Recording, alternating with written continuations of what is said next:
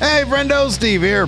And Larson. And welcome back to Going In Raw, the only pro wrestling podcast you need to be listening to right here at youtube.com/Steve Larson. Available wherever podcasts can be found. And, of course, taped live at the Twitch, twitch.tv/Steve and Larson. I think Sunday night we're going to be doing, what's it called? Some GTA. GTA for an hour or two. Yeah, for a little bit on Sunday night. So join us for that. I'll probably be streaming that on MF Steve here. Larson's car will be over on the Steve and Larson Twitch channel. So come join us for that if you want to play some GTA. We also have a TikTok now where I've been putting clips from our various channels under the Going In Raw umbrella. I put up a Wrestle Juice clip just recently, some Friendo Club stuff, some Going In Raw clips. So check this out. We're over on this new thing called the TikTok. I don't know anything about it. Yeah, me neither. People said, hey, you should get on board early on this TikTok stuff. And I was like, 6 years later, ground floor, baby. Ground floor. So that's where I'm at. Anyways, so on today's episode, once again, can you believe that there are some comments on YouTube? We're talking about off camera, like some not off camera, but in our pre-stream. Yes.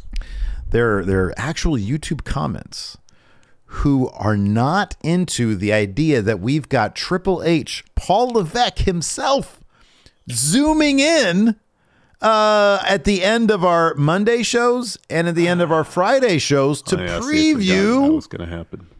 Raw and SmackDown. All right. Now, the vast majority of friendos are like, this is a blast to get the exclusive scoop from Levesque. Larson and Levesque going over what's going to happen, but there's a couple of them. This isn't funny. Stop doing it. It's at the end of the show. You don't have to listen to it. If you don't want to hear the scoops from Paul Levesque, you don't have to. You can just stop the damn thing and move on to the next video. Maybe those commenters empathize with old Larson there in the awkward position of trying to form some sort of bond, some sort of rapport with Triple H. Is it possible those comments are from a Larson burner account? I don't know how to That's do the that. only explanation I can come up with. I don't know how to do that. I barely know how to YouTube as is, much less burner accounts. You give me too much credit, good sir. So, once again, Paul Levesque will be zooming in at the end of this episode to review, to preview tonight's SmackDown. Yeah. With Larson, I'm going to be doing my business stuff. I've got business paperwork to do. I can't be involved. Can't do it. He's always talking to me as if it's you. No, he just has us mixed up, which is weird. We look nothing alike. I know, but it happened. That happens like way more often than you would think, but it does happen. Nonetheless, I've tried to say no. It's a foolish endeavor for me to try to correct him, so I'm not going to bother anymore. Hopefully, you took the advice and notes of the enforcer yesterday, and you're going to apply them to your experience today. We'll see. We're also going to be talking about last night's Impact Wrestling. I'm sure we got a lot to say about that. WWE, evidently. Well, now this apparently, if you read the latest Fightful, there's a rumor killer on this one. So a couple of dirt sheets button heads, perhaps. This idea that WWE wants to fast track a Roman Reigns Bray Wyatt feud. We're going to talk about that. We have an update on Sasha Banks, but first, the never-ending story that is Brawl Out. Man, the floodgates are open now that the investigation's over. Well, I think the floodgates are open because Punk released his narrative, his perspective to Wrestling Inc. I think that's why the floodgates are open. Regardless of the reason, now that CM Punk got his perspective, as you referred to, of Brawl Out there on Wednesday, and it's seeing, including the shocking mention of his dog, Larry, having his two front teeth knocked loose thanks to a BTE trigger to the door that Larry was hovering near, apparently. I thought it was a super kick party to the door. Whatever the situation may be, a V trigger, BTE trigger, super kick party. Maybe they somehow figured out how to do a melter driver into the door. I don't know. It'd be one Sweet Angel to the door. Fightful Select reports that the sources have told them this is crazy. Sean cracks me up, dude. This dude gets on Twitter last night. It's like 11 o'clock on the Pacific Coast. It was like 10:30. For some reason, 10:30 stands out to me. I was watching Impact, and this dude's like, "Hey, you want some Brawl out info?"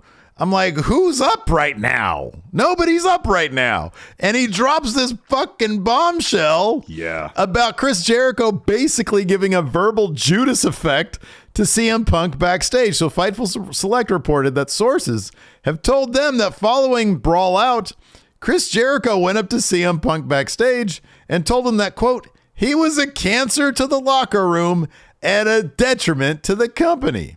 Sources were not able to recount CM Punk's reply verbatim, but said that he effectively told Jericho it wasn't his business and he needed to scram. All right, so hold on a second. Make like a tree and get out of here, Jericho. I saw this too right before you texted it to me. Yeah. And I won't say my jaw hit the floor, but I saw this like, wow. Yeah. That's something else. Yeah. That's something else. And as you mentioned, now the floodgates are open. Oh, yeah. Because in this week's newsletter, Meltzer has quotes, at least 3 of them, 3 or 4 quotes from various parties within AEW. One star told Meltzer, quote, Punk won't be back. His value on screen isn't 1% worth the hassle and black cloud he causes backstage. Another source who entered Punk's locker room shortly after the Brawl Out Brawl started told Dave, quote, the dog story is a complete lie. When the altercation was happening, Punk was a total psycho and could have cared less about the dog. Kenny picked the dog up to save him from being hurt and gave him to Mega. Mega was holding the dog, screaming at Punk to stop. Punk didn't register that his baby was being held by a stranger in the middle of a fight. It didn't stop him one bit. Well, hold on. Okay. A stranger? I'm sure Punk was probably on pretty good terms with Mega the lawyer. I would think so. Anyways, one source close to the elite stated that the story of Larry, Punk's dog, getting injured during the brawl was, quote, a completely made up story. Punk's losing in the investigation results and is desperate. There was a multiple weeks long investigation, and this was oddly not discovered. Also, it so happened to be mentioned the moment there was news about the Bucks and Omega possibly coming back. It's insane that people would even humor this. End quote. Meltzer also reported that there were some in AEW who were not willing to work with Punk if he were to stay in AEW, stating, quote, a few names were mentioned, with Chris Jericho being the name mentioned most, but that many, if not most of the key top names were saying that they wouldn't work with him. Meltzer added another top star noted the team has decided he's out, and regardless of some being willing to work with him, the collective decided he was voted off the island. So I wonder how much... So they had an investigation, and you know, if all these sources are being truthful and it's factual that the dog thing didn't happen, and I would imagine that if Punk's leaving, they must have, it's a speculation, during the course of the investigation, they must have figured out that it was Punk that escalated the altercation to violence. Yeah, that would be my guess. I lost my train of thought totally. I had a thought. Oh, nope, I lost it. Sorry. I hate when that shit happens. I'll just sit here. What happens when I've been under the weather? I'll stare at the screen and I'll be like, I totally just took the scenic route and I couldn't figure out where I was going. Yeah, where was I going with that? No, here's the thing. Just to sort of try to temper this a little bit. I mean, it seems like what we always say. Everybody has their agenda. I'm sure that the anti-Punk people are coming out strong right now because of the Larry the Dog thing. And maybe we'll hear some, amount of stuff from people that, we're totally cool with Punk. And maybe we'll hear some stuff. Yeah, he just, had a bad day. Maybe he knew he was injured. I mean, how would you not? And that was frustrating for him because going into the media scrum, he would have to know, hey, I'm going to be vacating this. Who knows? I'm going to wrestle again. And he's got that compounded with what he perceived of as an attack on his character via these leaks to the dirt sheet. So like, I don't know. It obviously he's being dumped on pretty heavily right now. And you and I on this show have reported about everything that's said every step of the way that from outlets that we trust. Yeah. But there are multiple sides to every story. Absolutely. And I'm sure that there were people there that probably were more than happy to work with CM Punk, and we saw plenty that did. Yeah. So I don't know. It is interesting now. I hope that we hear more from this kind of stuff, and I hope that these sources are people that aren't acting in bad faith, I guess is my only point. Exactly. Because, as we've said, people do have agendas, and, it's one thing to speak your perspective of a story because you think there's inaccuracies in someone else's perspective, but it's another thing to say stuff to kind of badmouth someone else. That's two different things. It is interesting, going back to the Jericho statement, and and the media scrum, the Punk's performance, if you will, during that really did paint the company in a bad light. Sure, yeah. The way he talked about AEW, specifically Page not doing anything and calling him a dumb fuck, and kind of burying the company that he worked for, whose title he was currently holding. Pretty much saying that meant nothing. Especially Jericho calling him a locker room cancer. Again, speculation. This is not what I was going to say before. I still remember what I was going to say before. And I'm even discounting the Colt Cabana stuff. Set that aside. Yeah, right. Was there other things going on? Maybe nothing huge. Just people rubbing each other the wrong way. Maybe. Dude, I don't know. You have to. It's possible that wouldn't shock me.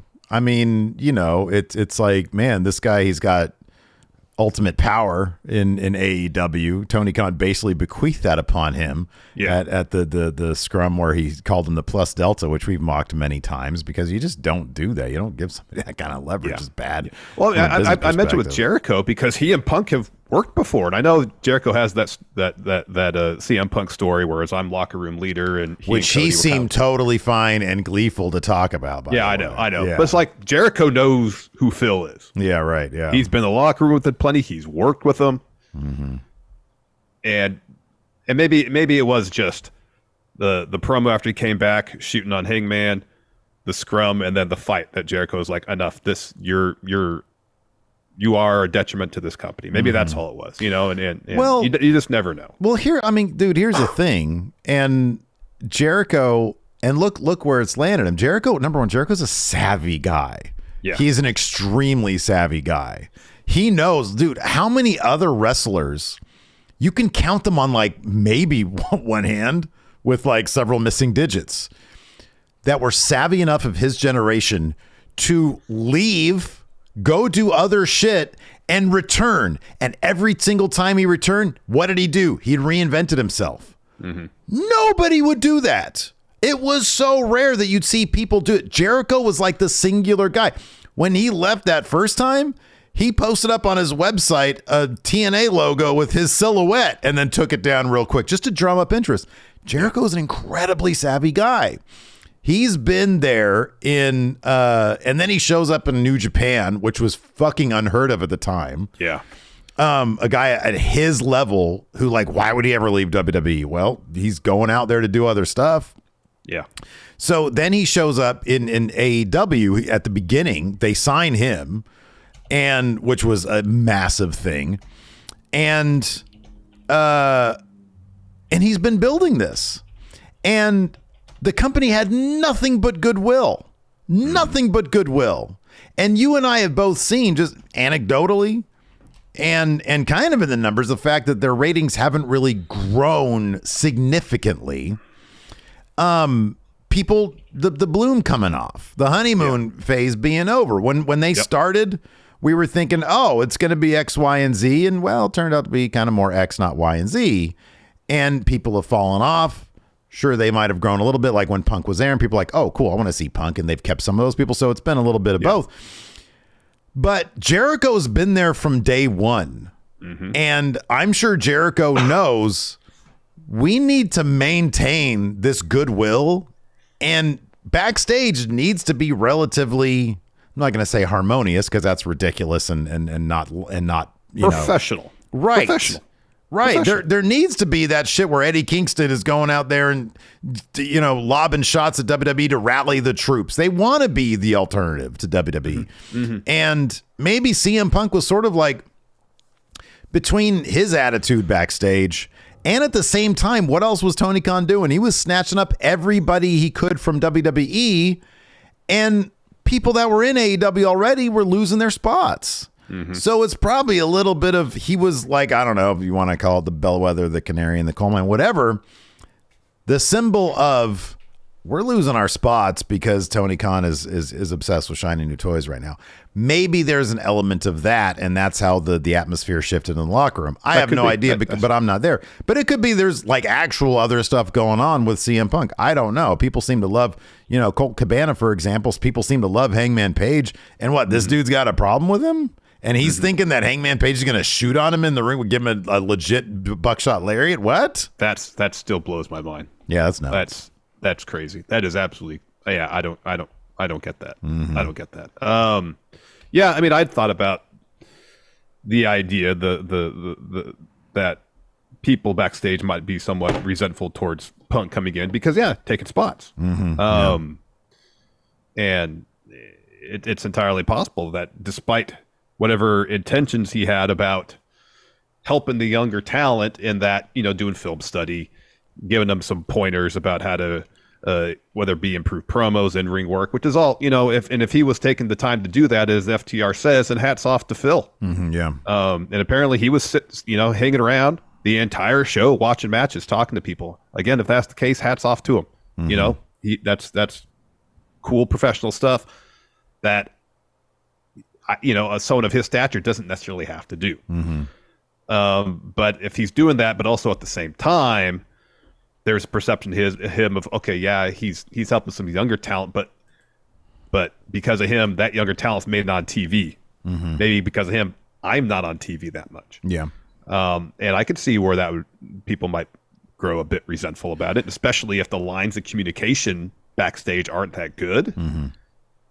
If for whatever reason people just don't bring up grievances or problems, whether it be to management, to other wrestlers, I don't know.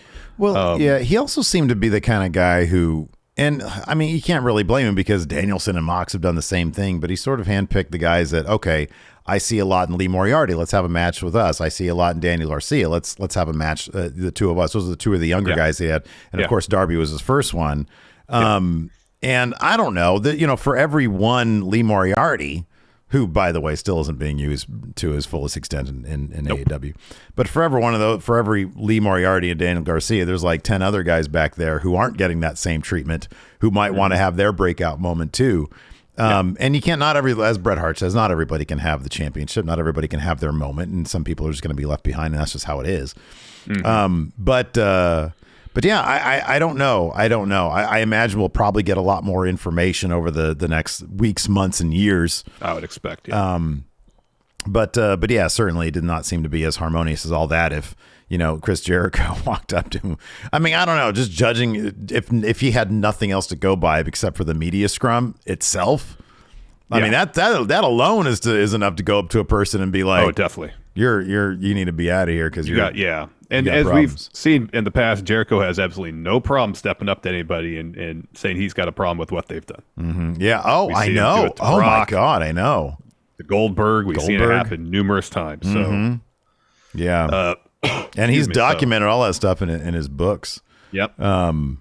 So, yeah, I don't know. It's Jericho is definitely an interesting. I mean, dude, talk about an absolute pioneer. And I know we can get into, I don't want to get into his what seems to be his personal politics. That's whatever. But if you look at what that dude was doing, both in his wrestling career going back decades, in the podcast realm, and then branching off into music realm with the, I mean, I think of two bands when I think of the history of music, and that's the Beatles and Fozzy. Nobody else. That's it. You want to talk about Sasha Banks? Oh, and sure. Snoop Dogg, Sasha Banks' cousin. There you go. Let's take a quick break here. Get a word from our sponsor, RexMD. Guys, listen, I get it. I understand. You don't like going to the doctor. I understand it can be a bit of a pain to have to shuffle your entire schedule around just to make your appointment, and then you go to the doctor. And I understand that, things can maybe turn a little awkward if you got to talk to the doctor about certain issues, one's down there in the crotch chop zone. You guys know we're talking about getting bricked up. Here's something to keep in mind, though. Most men's health issues have a simple solution, and RexMD is all about simple solutions. You see, RexMD makes getting generic and branded Viagra or Cialis easy. Everything's online, even the prescription, and they deliver straight to your door. No office visits, no talking to a receptionist. It's super simple. It is super simple. All you got to do is fill out a quick medical questionnaire online. A doctor will review your situation and prescribe you generic Viagra if appropriate. You know what, Steve? I had no idea. No idea whatsoever that Viagra can cost around $90 a pill. But with RexMD, you can get generic Viagra for as low as $2 a pill. Whoa, thanks to RexMD, over 300,000 guys have gotten generic Viagra quickly and conveniently. RexMD is fast, simple, and cheap, and you can access your U.S. licensed RexMD physician anytime you need afterwards. RexMD just works, and it works the very first night. So guys, are you ready? Wow. Starter packs of generic Viagra or Cialis are now available for our viewers, but you've got to go to rexmd.com/raw to get started. That's RexMD, RexMD.com/raw. So in the latest newsletter, Meltzer offered up a small update on Sasha's status at WWE, stating, quote, she is still under contract at WWE, but there is no word on when she'll return, as there were said to be hangups in negotiations for a new deal. Mm-hmm. So we had heard that she was that Naomi and her and Sasha's contracts were supposed to be up this summer. Seemingly, they tacked more time onto it because they weren't around. Mm-hmm. If she's still on the deal that she was before. So we keep on hearing things. We'll hear Triple H, now that he's in charge, is trying to bring him back, but they won't hear anything else about that for a while. Oh, they're still listed on the internal roster, but won't hear anything as a follow-up for a while. I guess it'll really be a huge tell with Survivor Series being in Boston. That's where Sasha's from. Yeah, right. Whether she is either back before that to have a match there or shows up back there at that show. Because if neither of those two things happen, well, who knows? If and when she and Naomi will be back. Yeah, they're doing stuff. I mean, they were at the Wakanda Forever premiere with the New Day. Yeah, they were at the She-Hulk premiere. Mm-hmm. They've been doing stuff. They've been doing convention appearances. Mm-hmm. So they're doing stuff and keeping their names out there. Mm-hmm.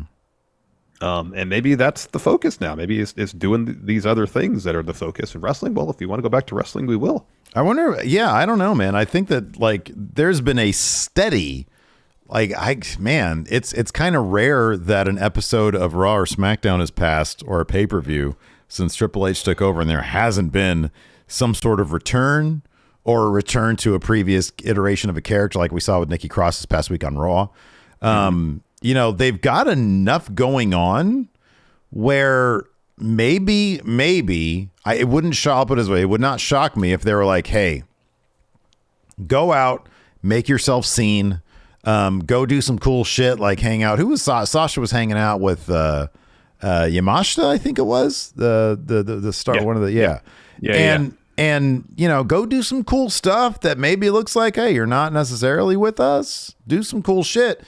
And then we'll make a big deal, like a pay-per-view bill, like a Big Four big deal for your return, because that's how big it should be.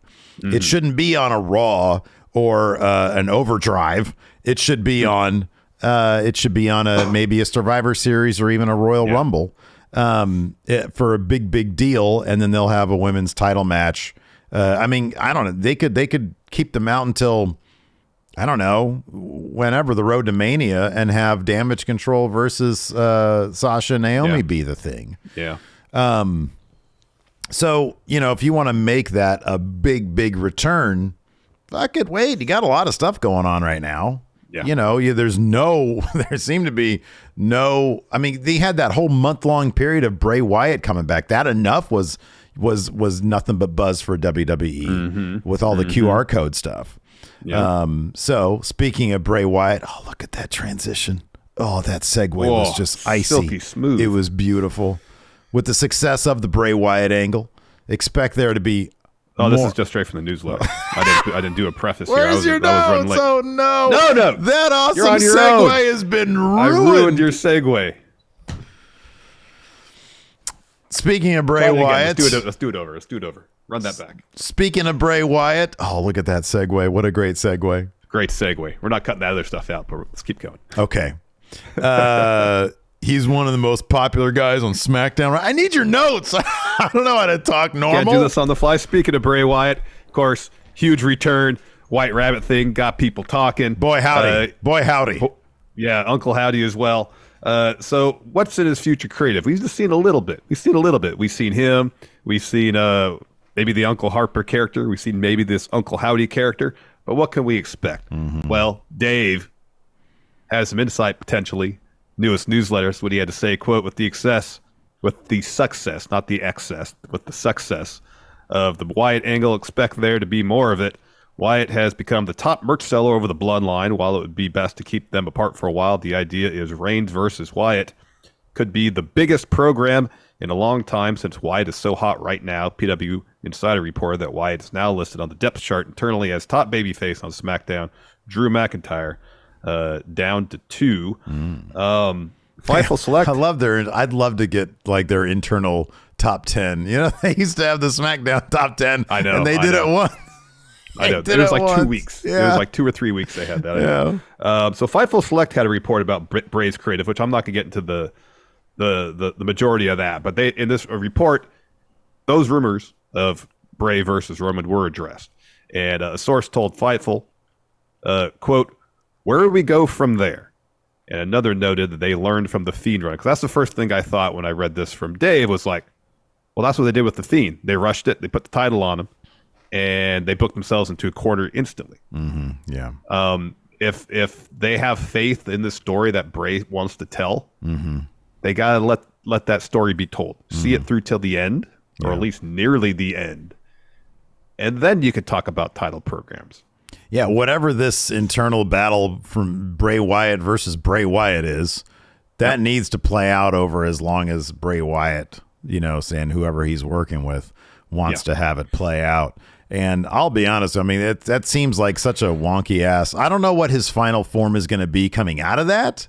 You would think that this is all sort of to develop whatever that's going to take, whatever he's going to look like going forward. Because here's the thing, is popular and as over as Bray is now, having been back for 2 weeks, if the story is good, is effective, and is well told, sky's the limit then. It is. And it's also such a weird, I mean, it's like they honestly shouldn't even be on the same brand. Like Bray and what he does, it's just not like Roman Reigns comes off as as just the alpha dog in a sports company. He's like well, what are you chuckling at? No, people are saying that here in chat that Seth Rollins has got the blonde back. No, does he? There's a picture of his shoulder on Twitter he posted. He's got a purple floral print suit jacket, and there's some blonde hair over his shoulder. Here we go. Maggie's got a link here in chat for us. And you get a little bit of beard in there. Oh, look at that. I wonder if he fully bleached it. That'd be something else. Oh, man, I love it. That's great. That would be something else. Yeah, getting back to it, though. Like, supernatural guy... And I would call him the LeBron James, but it's not really LeBron James anymore. I guess from a business standpoint, it would be face of the NBA, perhaps. But yeah, like Roman Reigns is more of a LeBron James type guy as opposed to the hero in a horror movie. And I just sure, have them feud at some point, but just because the Bloodline story is really hot right now. And Bray Wyatt's really hot right now. That doesn't mean it's a good fit. That doesn't mean that it's gonna add up to something that's even greater. Well, here's, I mean, at this juncture, I don't know if what Bray doing is necessarily supernatural. We don't know yet. I mean, it feels to me more like a psychological thriller type thing as opposed to a horror movie. Which still doesn't really fit in with what Roman's doing, is my point. Here is the one avenue by which it could work. And I guess when we hear Bray versus Roman, the assumption is, okay, well, Bray's going to beat Roman for the title, because Bray's super over. If they could find a way to incorporate, and I'm not necessarily advocating for this, but if they could find a way to incorporate what the Bloodline is doing now into Bray's story, and Bray doesn't necessarily come out of it with title, but enhances the story that Bray is trying to tell, then I could see that. But I think the expectation is that everybody would have is, oh, Bray's feuding with Roman, Bray's super over, Bray's got to win. Yeah, I don't see any way they could incorporate one into the other successfully. It's two different things. Is it supernatural? Maybe not. But at the same time, you've got Bray Wyatt standing in the middle of the ring, and you got Bray Wyatt up on the Tron. He's had supernatural elements to his character before. Absolutely. And whether it's supernatural or psychological thriller or something more akin to like what is the Black Phone or something, which I still have not seen, but I get the gist of it. It doesn't fit into like whatever you want to call Roman Reigns, what he's doing, like an Any Given Sunday type thing. As much of a horror movie of its own that movie was. But yeah, I don't know how that fits. Like the Bloodline, right? What have we said about the Bloodline right now? Doesn't even work when you bring in competitors for Roman Reigns. Logan Paul is a distraction to the more fascinating aspects of the Bloodline, which is Roman Reigns playing Sammy and Jay against each other. Part of that is you can't take Logan Paul seriously as a legit threat to Roman Reigns. Yeah, but who did Roman fight? God, it's been so long. Who did he? Roman? It was Drew McIntyre was before. Drew McIntyre was before. Yeah, Clash of the Castle. Oh, Clash of the Castle. Yeah, but then after that, Sami Zayn is after that. Like God, it's been so. What is it like? When was Clash of the Castle? Early September. Oh my God, that's been 2 months. Wow. Boy, they're really spacing out these opponents for Roman Reigns. And that's what happens. Roman's not on TV every week. But it was the same thing I was talking about. Yeah, like when people say, well, Cody's coming back. Like, that's, whenever he comes back and he faces Roman Reigns, I'm still more interested in the fucking Sammy stuff. The inner dynamics of the Bloodline is the fascinating part of it. You start dicking around with this dude in a horror movie mask, like, let that story play out. Let this story play out. And then down the line, after Roman's lost that shit, and you don't have to worry about titles, you could tell a compelling story where the fallen god now has to go up against, the Black Phone guy. But like now, it just wouldn't make any. I don't know that there's a story they can tell. If there's a way that they can find some kind of harmonious middle ground where the strengths of the Bray story plays into the strengths of the Bloodline story and vice versa. I don't know what that would be offhand, but if there's something they could do with that, then maybe.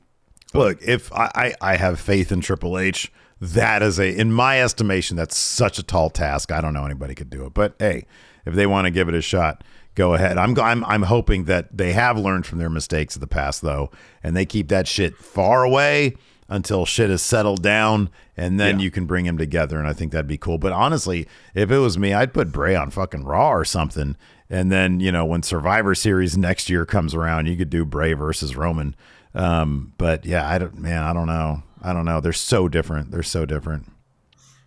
Yeah, they are. Let's talk about Impact. It's starting to look a lot different now. Honor No More. We saw Taven and Bennett officially get their walking papers fired by Scott D'Amore. Ed Edwards in an interview pretty much said, yeah, Honor No More.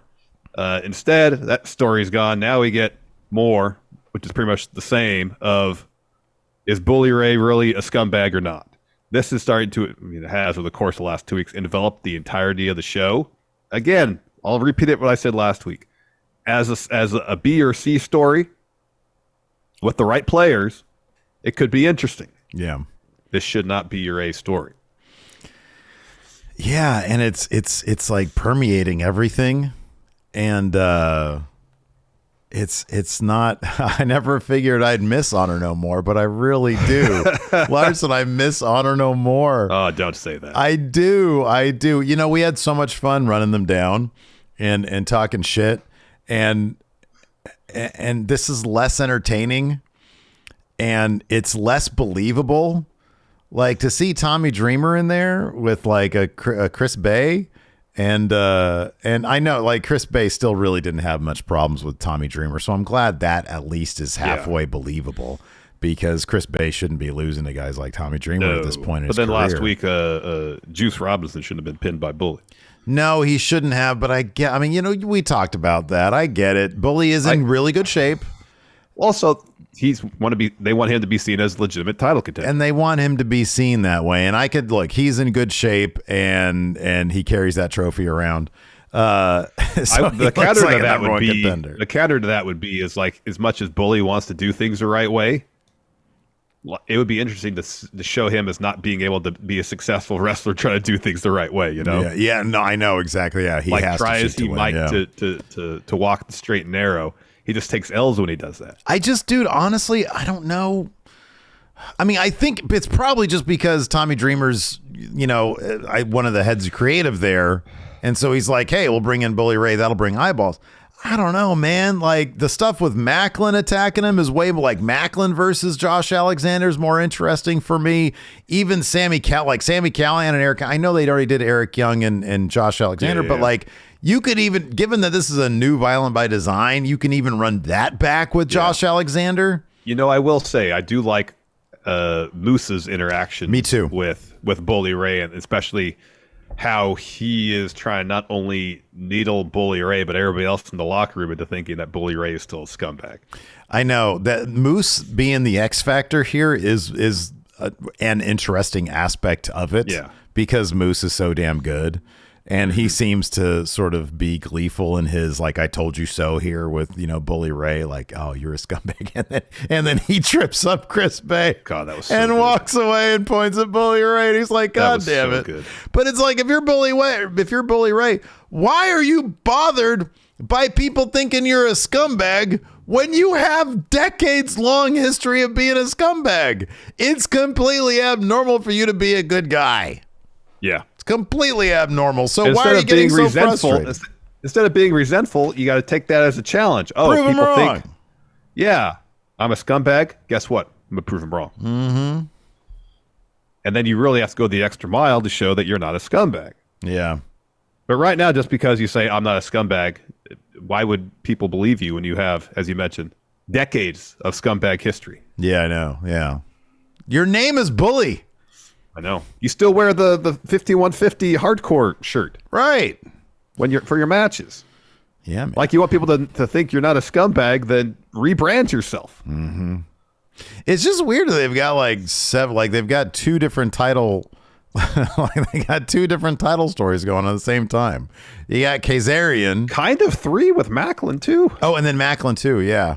Yeah, you've got everybody. And I go, the general idea is Josh Alexander has a target on his back. Everybody's gunning for him. So that's kind of an effective way to show that, actually, now that I think about it and say it out loud, that he's got, I got Kazarian coming up at Overdrive. And then he's got Bully Ray on the horizon. It's just, what's the pay-per-view that Bully Ray's going to be fighting him at? It's like Bound for Glory or something? He hasn't called his shot. Oh, he's got Bound to call for Glory his shot. just happened.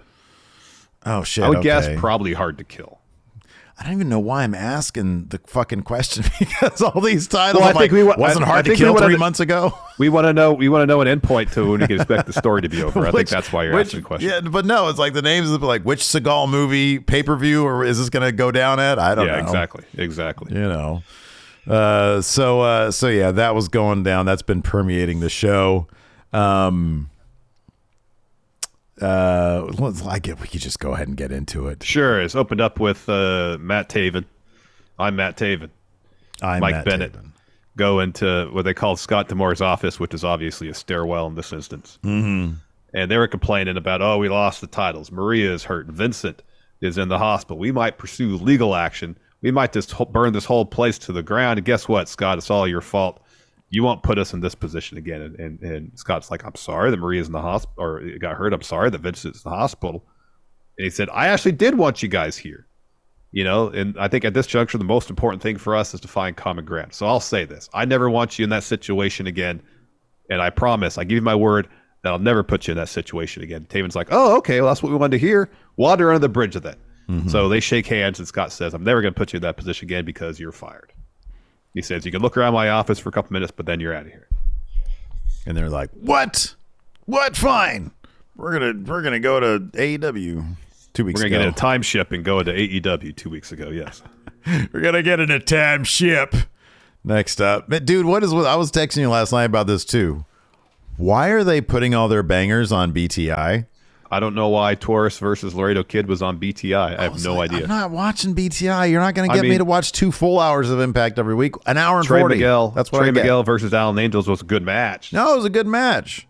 But give me another good match, because I'm sure Taurus versus Laredo Kid was awesome. You got PJ Black making his return on Being the Impact? Yeah, I don't get that. What? I don't get that. Yeah, that match was next. Trey Miguel versus Alan Angels. Really good match. Trey ends up winning with his lightning spiral. He still can't get the rhythm of his intro down, though, with the spray paint. Yeah. It's still off. It's like my Every audio once in a while sync. he gets it. Every once in a while. It's like a 1 in 5 thing, dude. It's like a 20%. Yeah. Mendoza line. Yeah. There Use you go. baseball.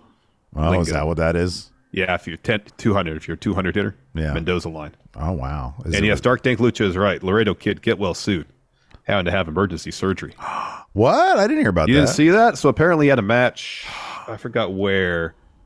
And yeah, something happened to his intestines and he had to go get stuff repaired. During the match, he got injured and he had to get it repaired? Maybe. Oh, my But like God. after the match, he was complaining of abdominal pain and stuff. So they took him to the hospital and he had to have surgery. When that happened? Yesterday? No, it was a few days ago. Oh, okay. Maybe last weekend. Okay, so it's not like he's in surgery right now. Get No. better. Okay. No. He might still be in the hospital. Okay. He posted a picture from the hospital. He had like an incision up kind of like by where your liver's at, and he had a major one like down the middle of his Oh my gosh. abdomen. Eesh. All right. Oh, Dark Dank Lucha says ruptured his intestine. I think that's what it was. Oh, wow. I know. Yowza. Backstage, Chris Bay and Ace Austin, Bullet Club walk backstage. They roll up to Bully and Tommy Dreamer. Chris says, "Oh, you feeling real good about after beating me and Juice last week?" He says, "I brought Ace Austin here so you could lie in his face like you lied about attacking him, like you lied to me about attacking him." And then Bully says, "I didn't lie. I even apologized." And he introduces himself to Ace, and Ace is like, "I already know you. Jumped me in the locker room / parking Which was lot." the parking garage. Yeah, parking garage. Yeah. Bully says, "I didn't jump you. I couldn't have." And he says, "Have you thought for a moment it could be somebody else like Moose?" And then Bay steps up to Bully. Tommy tries to hold him back and tells him to relax. And then Ace says, "Dude, it's not your fight," to Tommy Dreamer.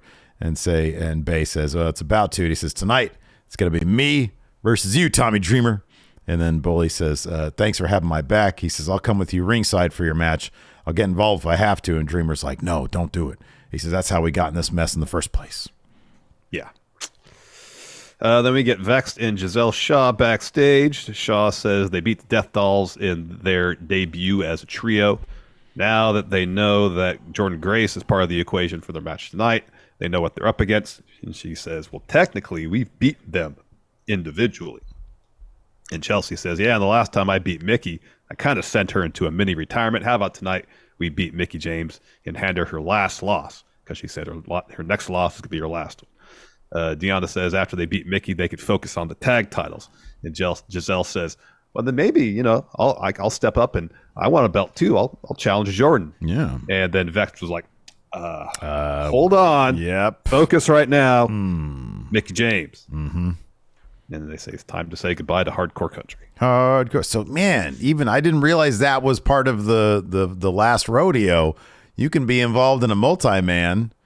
That match gets lost for somebody else, and then Last rodeo. Last rodeo.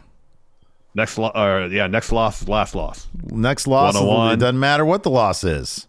10-woman tag, doesn't matter. You go backstage, somebody says, "Hey, rock, paper, scissors, you're retired." Now, I wonder if it's like a battle royal. Right. That Mickey is in. Well, if she doesn't win it. Yeah. She Last has to rodeo, be careful retired. with what fucking matches she takes on. Anyways, speaking of matches, there was another match. Tasha Steelz versus This was weird. Rochelle Shield. Tasha Steelz willingly took the L here. Yeah. so really quickly, she dominates, hits a cutter, grabs the mic. Rochelle is selling it big time. says, no, they didn't put me in the ring with Shield. She says, I'm above all this. I should not be in the ring with you. So, baby girl, you've had your 5 minutes of flavor, but now it's feeding time. She calls in Savannah Evans, who decks Rochelle, and so Shield just gets the win. and Tasha doesn't care. She's like Savannah just gave us the appetizer, but it's time for the main course. And then she hits the jobber Rochelle, who's not a jobber. She won the match with the big power bomb. So Tasha's like, wins and losses don't matter around here. I did like that later on. Eric Young was talking about wins and learns, though. Yeah. Then we get Heath and Rhino backstage. They walk up to Motor City Machine Guns. Slow clap for Motor City Machine Guns about winning the title. And then Saban says, oh, yeah, you promised us the title shot if you want the belts. And he says, you're right. You guys go talk to management, make it happen. So we go to commercial. Yeah. We come back from commercial, and Saban has changed his attire completely. Probably because this was filmed two completely different times. Day. Yes. Exactly. So the Motor City Machine Guns walk up to Scott D'Amore's office, but the major players are already there, and they argue about who's going to go in Scott's office. And what's his face? Shelley is about to open the door, and Cardona slaps his hand. There's a little bit of shoving going on. Scott D'Amore comes out, and they're all like, hey, Scott, we want title shot. He says, great, Scott. He says he makes a match between Cardona and Shelley for later on, and it's Matt Cardona match. Seemingly they always have to be massively overbooked because that's what that match was. Because he's a sports entertainer. We'll get to that in a little bit. Yep. Before that, we got Chris Bay versus Tommy Dreamer. So down towards the finish, Dreamer hits a superplex, and the Moose comes down to ringside. He gets in Bully's face, and they start arguing. So Chris Bay is running the ropes. Moose just reaches out, trips him up, and then walks away. Mm-hmm, yeah. And so, of course, Chris Bay thinks Bully did it. Mm-hmm. So with using that distraction, Dreamer rolls up Bay. Bay kicks out. Bay eventually hits a spin kick, Art of Finesse to get the win. But Moose is doing a really good job of... This made me laugh because, like, Moose and Bully were just sitting there arguing, and just as fluidly as possible. Oh, it was smooth. Like, Chris Bay runs off the ropes, and Moose just put his hand out, tripped him up, started walking away. It was a no look. It was like a no look. It really was. It was like the most efficient way possible for him to do that. He did it. Yeah, it was pretty great. With like as little movement as possible. He didn't move his body. He just stuck his arm out a little bit. Mm-hmm, yeah. Perfect timing. Yeah, no, it was great. So, yeah. We got Aussie Open promo next. Mm-hmm. They're at Impact. They said they lost to Motor City Machine Guns last time. But they have a plan to get that victory back. They said we came to win the Impact tag titles, and they have to do that by beating all the top teams. So that's what they're going to do. All right. Then we had Tommy and... Thank you for these notes right here. Tommy and Dreamer backstage. Tommy and Bully Ray backstage, yeah. So Tommy tells Bully, hey, relax. And Bully's like, I'm tired of you telling me to relax. I don't want to relax. I came here to do it the right way, Tommy. To come in to, I called do you call your shot gauntlet. Tell Josh in his face, look him in the eyes, you're going to see me coming. He says, but at this point, I'm not sure you even trust me. Tommy says, I do trust you. And Bully's like, what was Moose doing out there? And Tommy says, Moose is a scumbag. Everybody saw him do things the right way. You're good. And Bully says, next time Moose wants to get involved. And Tommy says, fine, we'll take him out. He's going to end up costing somebody a match when he does that. So, then we got Matt Cardona versus Alex Shelley. This one, yes, overbooked at the finish. Then at one point, Myers slides in the digital media title to try to get to Cardona. Instead, it goes right through his leg. Shelley gets it. Teases he's going to hit Cardona with it. Instead, hands it to the ref. Cardona ends up rolling up. Shelley gets a 2. He then grabs the belt. The ref grabs it from him. And while that's happening, the belt falls. Shelley hits a DDT on top of the title, but Cardona kicks out of that. So Shelley then looks for Shell Shock. Myers pulls Cardona out of the ring. Gets back in. Shelley rolls him up. Cardona kicks out. When he kicks out, he sends Shelley towards the rope where Brian Myers is waiting. Bang. Digital media title shot to the head. Cardona gets the win there afterwards. Myers and Cardona are beating up Motor City Machine Guns. Heath and Rhino run down to make the save. Looking like we're getting a triple threat. Yeah, it seems like it, yeah. After that, we had Josh Alexander and Rich Swann backstage, but this turns into like a million other people backstage. So Swann's like, hey, Josh, you're doing great. He says, but people are coming to you from all angles. And then Gail Kim steps up. And she's like, hey, I want to talk to you, Josh. She's like, I want to give you my 2 cents about Bully. He taught me more than anybody about this industry in my career. She says, but he also taught me DTA, don't trust anybody. And then Macklin comes out of nowhere and attacks Josh. And Gail Kim's like, whoa, what the fuck? And security runs in to break it up. And then Kazarian steps in and Impact rolls on. Yeah, he just wanders in. So Gail Kim asks Josh, are you okay? He's like, yeah, I'm fine. And he looks over to Kazarian. He's like, man, the last time we talked, you said you weren't looking for a partner. He says, but the second Macklin rolls in, you're there and you got my back. And Kazarian's like, no, I don't have your back. I'm looking out for my interests. He says, a lot of guys out there want to make sure that you don't make it to overdrive, but I want to make sure that you do make it to overdrive so that I can go and lose to you there. And then Josh says, that's good to know. There's one less person I got to worry about. And Kazarian says, you do have to worry about me at overdrive. And then Josh is like, hey, listen, Aussie Open, they had a promo and they're going to do like an open challenge. Do you want to partner up and fight Aussie Open? And Kazarian's like, let's do that. For one night only, he says. For one night only, yeah. Then we got Raj Singh taking on I Believe in Joe Hendry. So we got a promo from Joe. It says, we're in Vegas where fortunes are made and unfortunately lost, and judging by the amount of people here, I'm guessing there's one person who lost it all last night. Maybe that guy right there. And they'll have to go home, and that guy will have to tell his wife that he lost the house, the savings, the kid's college fund, but that's okay because he's going to tell his wife, I got to see Joe Hendry. Oh, man. And she'll look at him and say, we believe. And what she believes in is 253 pounds of pure motivation. She believes in Joe Hendry. And then he wins. Joe Hendry wins, of course. Yeah, I love the bit that they're doing where the bad guy or his opponent will get them down. We'll get Joe Hendry down out of the shot, like on the mat. Yeah, and then they'll look in the camera and be like, "That's what I think about Joe Hendry." You say his name, he appears. And he does the smirk. He does the smirk and the little clap. Yeah, that was good stuff. It is good stuff. So after that, we had Violent by Design promo. Eric Young says, defeat can teach you things. Sami Callihan has a lust for violence. And when I eliminated him from the gauntlet, my eyes were open. He says, I love violence. He loves violence next week. I hope your eyes are open. I think he was saying that to Diener. I think he was, Diener was next to him. And I think the idea was he was talking to his disciples. Yeah. But Diener he was in profile. Yeah, right. He was looking away from Diener, and Diener was next looking to him. But I mean, like for a while, they've done those stairway promos where Eric Young was facing camera, and Diener would be looking at him, but EY wouldn't be looking at Diener. Oh, that could be. Yeah, maybe he was talking to Diener. I don't know. Diener's face. At least the last line, I think he was telling Diener. I mean, the inference was that Diener has a match against Sami. Oh, that could be. Diener the entire time had a face like he was bricked up. He was like. Mm-hmm. It's kind of his thing. Yeah, dude. Popping that Rex MD, man. The last vestiges of Honor No More. Get an Ed Edwards interview. He says, yes, Honor No More, no more. Kingdom were fired. Vincent's in the hospital. Kenny King focusing on the X Division title. He says, what's left to save? He's asked, would you have done things differently knowing what you know now? And he goes, no, I would have done things the same. What they were doing was righteous. If our mission was successful, there had been no friction between myself and Alicia. Sure, mistakes were made. I thought I needed a monster to fight the monsters of Impact. The PCO's no monster. He's a little biatch, and he's going to pay for what he's done. He said, I liked it too, because he said, if our mission was allowed to be successful.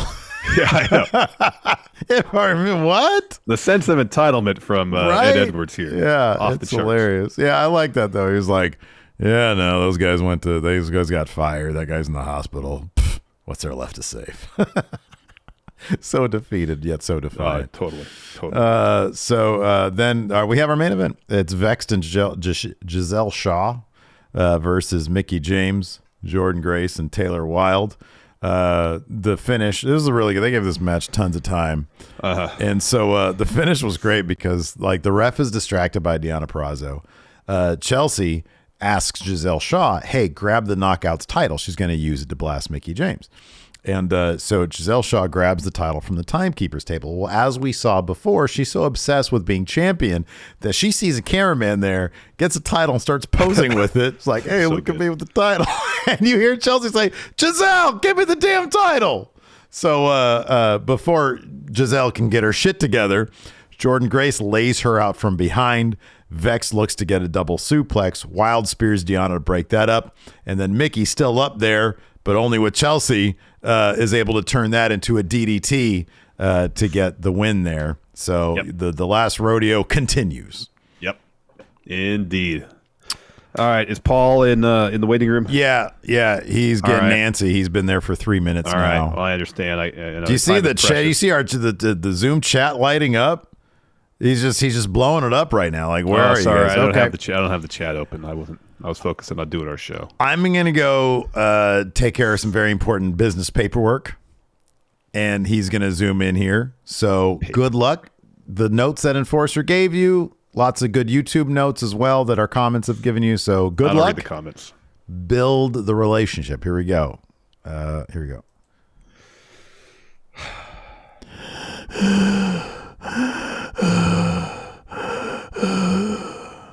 Triple H. Hello, I'm back. The game is here. It's Friday. It's my favorite day of the week. I get a lot of sleep on the weekends. Sleep is really good for you. I love sleep. Sleep is a very healthy thing. Everybody should be getting sleep. Hold on a second.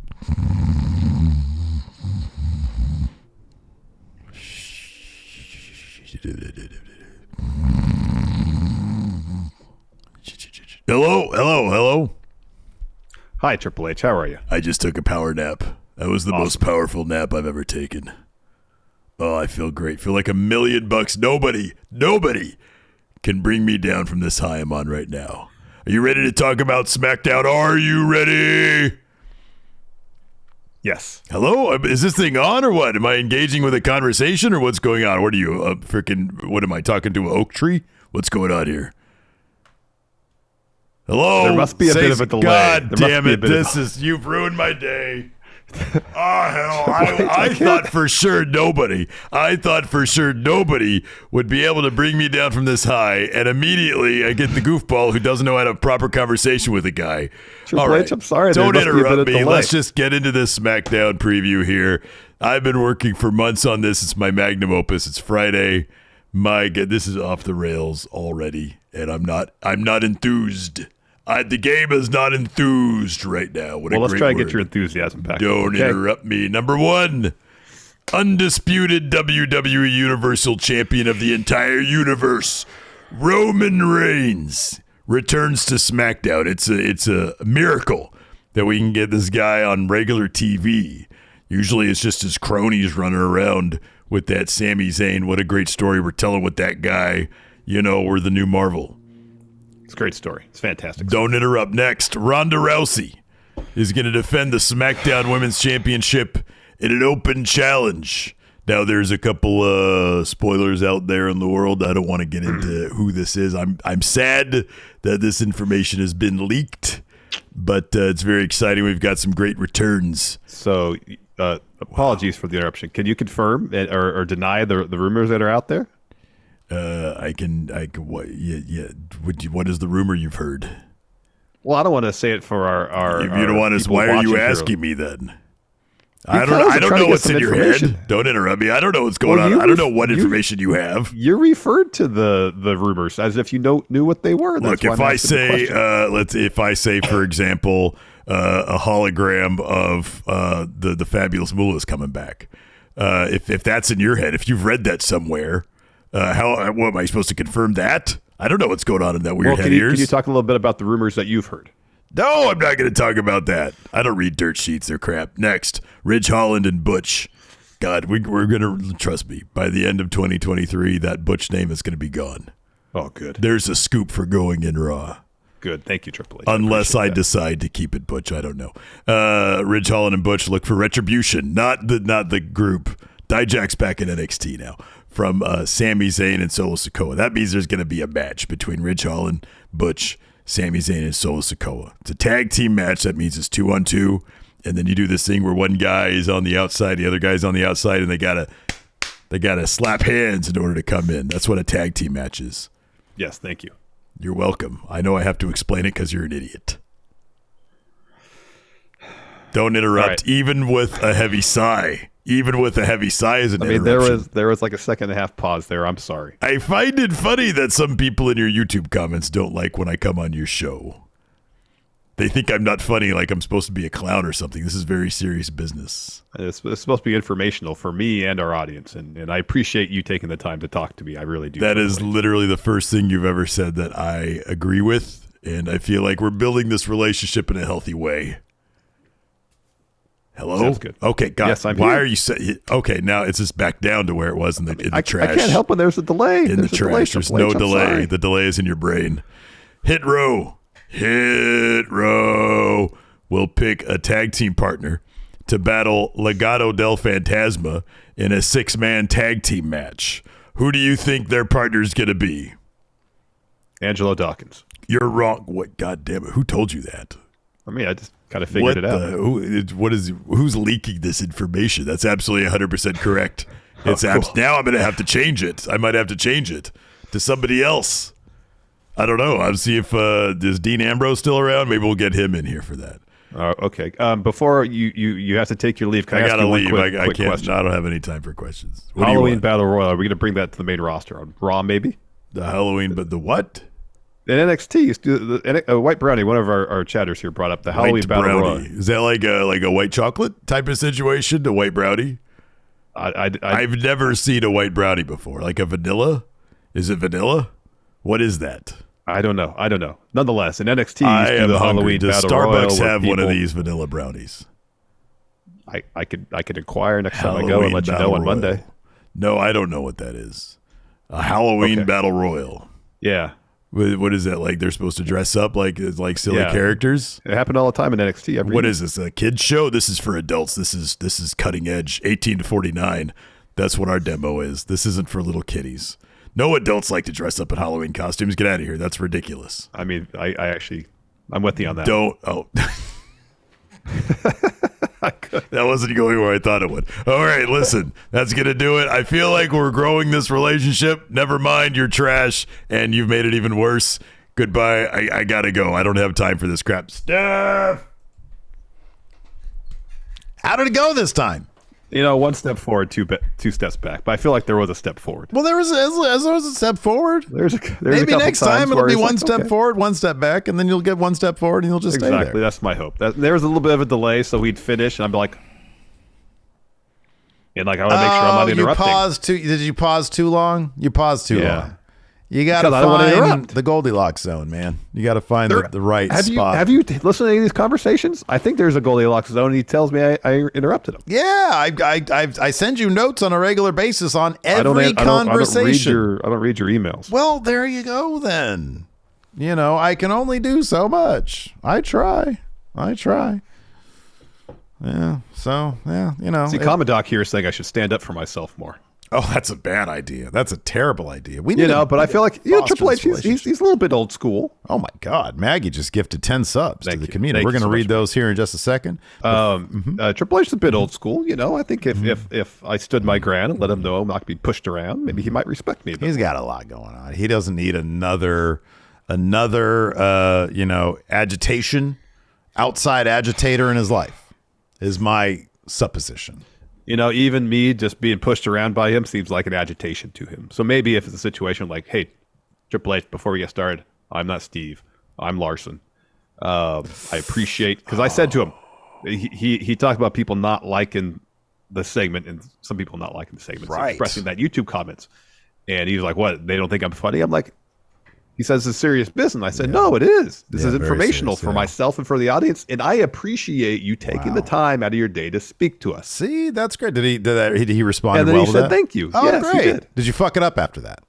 I don't think I did anything. Oh, And you then did. he Okay, you said, oh, fucked it's up all the goodwill thrown away. Oh, so you did fuck it up. Okay. Mr. Dope says, I just got back. Was Larson giving Triple H lip again? Seemingly. Seemed to be the case. Yeah. No lip. So, yeah. Anyways, thanks everybody for tuning in. We appreciate it. This Triple H drama will continue to unfold. On Monday, because he's going to be back for the Raw review. I just got the confirmation he's looking forward to coming back. See, I must be doing something right. He says he hopes you're not there. But he is looking forward to coming back. I've got business paperwork to do. Thanks, everybody, for tuning in. It's funny. I usually do the business paperwork. This is our outro. Thanks, everybody, for tuning in. We appreciate it. Till next time, we'll talk to you later. Goodbye.